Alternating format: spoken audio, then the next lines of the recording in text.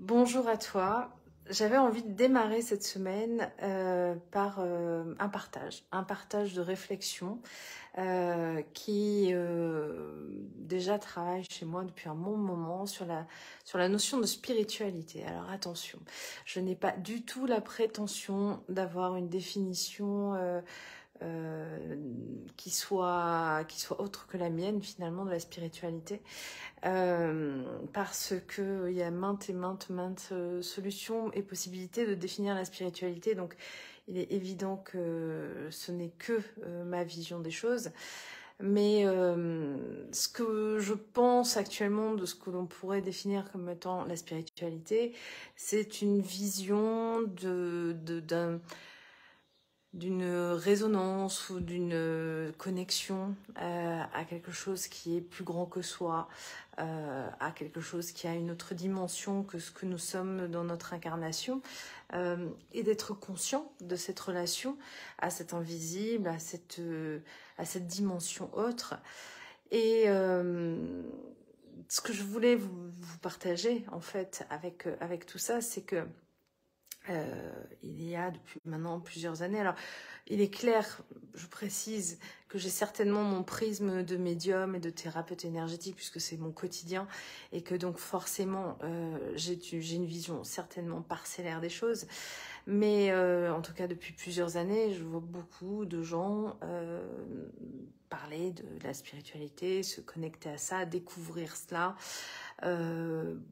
Pour ma plus grande joie, puisque je pense que plus on est nombreux à avoir cette conscience, à se connecter à tout cela, plus je pense que ce sera une bonne chose de venir expérimenter justement cette connexion à quelque chose qui est dans une autre dimension, en tout cas qui prend une autre dimension.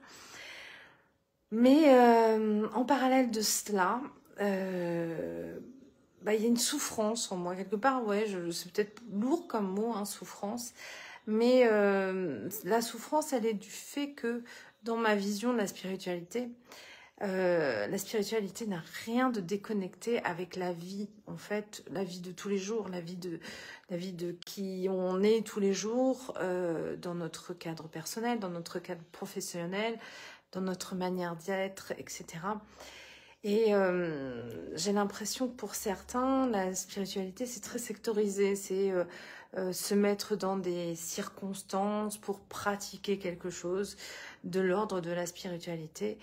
Mais qu'en dehors de ces instants, alors que je vais appeler méditation, que je vais appeler reconnexion à soi, que je vais appeler soin, que je vais appeler séance, que je vais appeler rituel, que je vais appeler tout ça en fait, ou en tout cas ce sont des moments spécifiques pour se connecter à ça. Ma vision personnelle, c'est pas des choses qui sont scindées en fait. La spiritualité pour moi n'est pas quelque chose auquel on se connecte ponctuellement et puis on se déconnecte ensuite pour autre chose. Ma vision de la spiritualité, c'est d'appliquer en permanence ce que l'on perçoit de cette dimension, ce que l'on vit avec cela. Et je crois qu'aujourd'hui, je vais faire un peu quelque chose qui va... Je vais pas faire de langue de bois, alors sûrement que ça va pas plaire et sûrement qu'on va me dire mais comment ça, tu peux dire des choses comme ça, mais j'ai besoin d'exprimer ça et encore une fois, ça n'a de valeur que d'être ma pensée, qui n'a aucune autre légitimité que d'être ma pensée. Donc qu'on soit très clair avec ça. Mais dans ma vision des choses, comment se définir spirituel parce que l'on s'attache à des pratiques ou que l'on découvre ou que l'on se forme à différentes techniques. Et parallèlement, vivre une vie qui est complètement déconnectée de cela. Personnellement, je n'aime pas personnellement la religion parce que j'y trouve un sentiment de dogme qui ne me convient pas et je comprends tout à fait les gens qui pratiquent des religions et qui sont tout à fait en adéquation avec ça et je le respecte, donc je n'ai pas de jugement particulier sur la notion que quelqu'un pratique une religion, je parle juste pour moi. Et ce qui m'a toujours frappée, parce que bien sûr, moi aussi j'ai été à la messe, puisque j'ai été dans une religion catholique à un moment donné dans ma vie, de voir des gens dans un moment de messe très pieux, très à dire des prières avec une sorte d'intensité, une vibrance, etc. Donc on a l'impression qu'il y a vraiment des gens hyper connectés à ça. Et à la sortie de la messe, par exemple, il y a un SDF qui est dehors et qui fait la manche, et ne même pas le regarder, même pas le considérer, même pas aller voir si cet homme a besoin de quelque chose. Je suis pas forcément là pour dire qu'il faut aider tout le monde, mais ou pire, même pire, j'ai vu ce que je vais appeler des grenouilles de bénitier, des gens qui sont là vraiment dans une espèce de culte permanent, être des gens odieux dans leur vie, détestables avec leur famille, en tout cas avoir une non-pratique quotidienne de ce qu'ils prônent dans un cadre bien précis qui était le cadre de la messe. Donc je trouve que finalement, dans ce qu'on va appeler spiritualité aujourd'hui, qui pour moi ouvre une autre dimension que celle de la religion, j'y retrouve ça. J'y retrouve ça parce que je vois donc des gens vraiment qui essayent de s'ouvrir, encore une fois, à plein de préceptes, à plein de techniques à travers, encore une fois, je vous l'ai dit, des formations, des choses comme ça, mais qui, en dehors de ces moments-là, ne vont pas du tout être en pratique par rapport à ce qui est, selon moi, la spiritualité. La spiritualité, en fait, ça permet, pour moi, de mieux se connaître, de comprendre que l'on n'est pas parfait, d'où aussi ma phrase que ce que je dis n'est que ce que je pense et ce que je dis, ça n'a aucune valeur de vérité quelconque, parce que je suis un être autant partagé par des choses positives que des choses négatives, que j'en suis tout à fait consciente, que j'ai mes propres parts d'ombre et que je ne les réfute pas, et que quelque part plus je les travaille et plus j'en découvre, et puis voilà, on voit que ça ne s'arrête sûrement jamais. Donc je renie pas ça à quiconque d'avoir des parts d'ombre. Ce qui me désole quelque part, c'est par exemple des personnes qui vont prendre des rendez-vous parce qu'ils veulent se développer ou ils veulent faire une séance chez un thérapeute. Et ils vont prendre rendez-vous, ils vont pas annuler leur rendez-vous et ne pas venir, enfin, ils vont pas prévenir qu'ils annulent leur rendez-vous. C'est-à-dire qu'il y a des gens qui vont prendre des rendez-vous et ne vont pas venir comme ça sans prévenir, parce que c'est tout à fait normal, voyons, de ne rien dire et de penser que la personne, elle vous attend et que on s'en fout en fait. Et ça, pour moi, excusez-moi, mais il n'y a pas de spiritualité là-dedans. Ne pas pratiquer ce que l'on comprend et apprend de la spiritualité pour ouvrir son cœur, pour se développer, pour devenir quelqu'un, ou en tout cas essayer, je dis pas qu'on y arrive, mais en tout cas essayer de devenir quelqu'un de meilleur, le mot est passé difficilement, mais quelqu'un qui arrive en tout cas à développer une meilleure compréhension déjà de lui-même, et en se comprenant soi-même mieux, automatiquement, on a une bienveillance envers l'autre, automatiquement. Pour moi, c'est vraiment le travail, c'est-à-dire que si moi, je n'arrive à pas me juger dans cette chose-là, alors comment je peux le faire pour l'autre? Comment je peux aller juger quelqu'un qui sûrement lui-même est en cours de se découvrir, etc. Gandhi disait je préfère quelqu'un qui a fait une fois le tour de lui-même plutôt que quelqu'un qui a fait 10 fois le tour de la Terre. Et je suis assez d'accord avec cette vision, c'est-à-dire qu'on est un terrain en permanence, une terra incognita en permanence, et que c'est pas en allant extérioriser en fait des découvertes que l'on arrive à forcément mieux se connaître. On peut tout à fait mieux se connaître dans son salon ou chez soi, ou apprendre à mieux se connaître en tout cas dans son salon et chez soi. Et ce que j'essaye de faire passer dans ce message, c'est non pas des pratiques, des techniques, des rituels, parce que je pense aussi qu'on a beaucoup assimilé finalement des croyances et des superstitions à la spiritualité, mais on a déconnecté un truc qui est le pourquoi. Pourquoi je fais des rituels? Pourquoi j'ai besoin de telle ou telle pratique ou technique pour me connecter à une spiritualité quelconque? Pourquoi? Je me rappellerai toujours d'une conférence que j'avais faite sur les annales akashiques, où j'ai vu un petit monsieur débarquer avec son classeur, un énorme classeur à la fin de ma conférence, un truc énorme. Et il était tout fier de me montrer tout le passage qu'il avait sur les annales akashiques dans son énorme classeur. Et je lui ai dit, bah, c'est très bien, monsieur, que vous ayez toutes ces informations sur les annales akashiques, mais vous en faites quoi? Et quand je lui ai dit ça, j'ai vu vraiment son visage se décomposer. Il m'a regardé comme si je lui avais parlé en mode extraterrestre et que tout d'un coup, il a percuté que toute cette connaissance qu'il avait accumulée dans son classeur, ça va lui prendre des années, hein, bah, en fait, visiblement, il n'en sait rien. C'est-à-dire que c'était de la connaissance, c'était dans son intellect, c'était dans son mental, mais qu'est-ce qu'il en faisait dans sa vie? Rien. Et j'ai bien peur, très sincèrement, de croiser beaucoup de gens qui sont en fait dans cette vision-là. C'est-à-dire qu'ils acquièrent énormément de choses. Mais pourquoi faire en fait? Qu'est-ce que vous faites de ce savoir pour vous-même, pour appliquer ça dans votre vie? Je dis pas que c'est simple, encore une fois, hein, apprendre à se connaître, c'est très très chaotique. Ça peut vraiment faire passer des moments pas agréables du tout, mais quand on se connaît de mieux en mieux, comment, encore une fois, ne pas être en bienveillance avec soi-même? Comment ne pas, du coup, être de plus en plus humble, au fait, sur le fait que, bah, en fait, on sait qu'on sait rien et que, du coup, comment on peut aller prétendre dire j'ai la parole, je sais tout mieux que les autres, etc. C'est juste pas possible. Enfin, moi, en tout cas, c'est vers ça que mon propre travail m'oriente. Et c'est encore une fois pour ça que j'insiste sur cette vidéo en disant c'est ma vision qui n'a rien d'autre comme valeur que ma vision.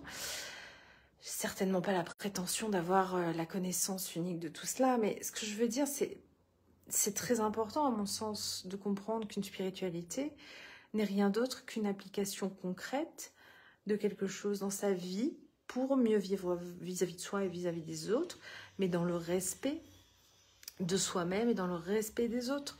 Quand je disais tout à l'heure, je vais m'attirer des foudres, mais j'y vais, tant pis, vous me connaissez, j'aime bien mettre les pieds dans le plat des fois.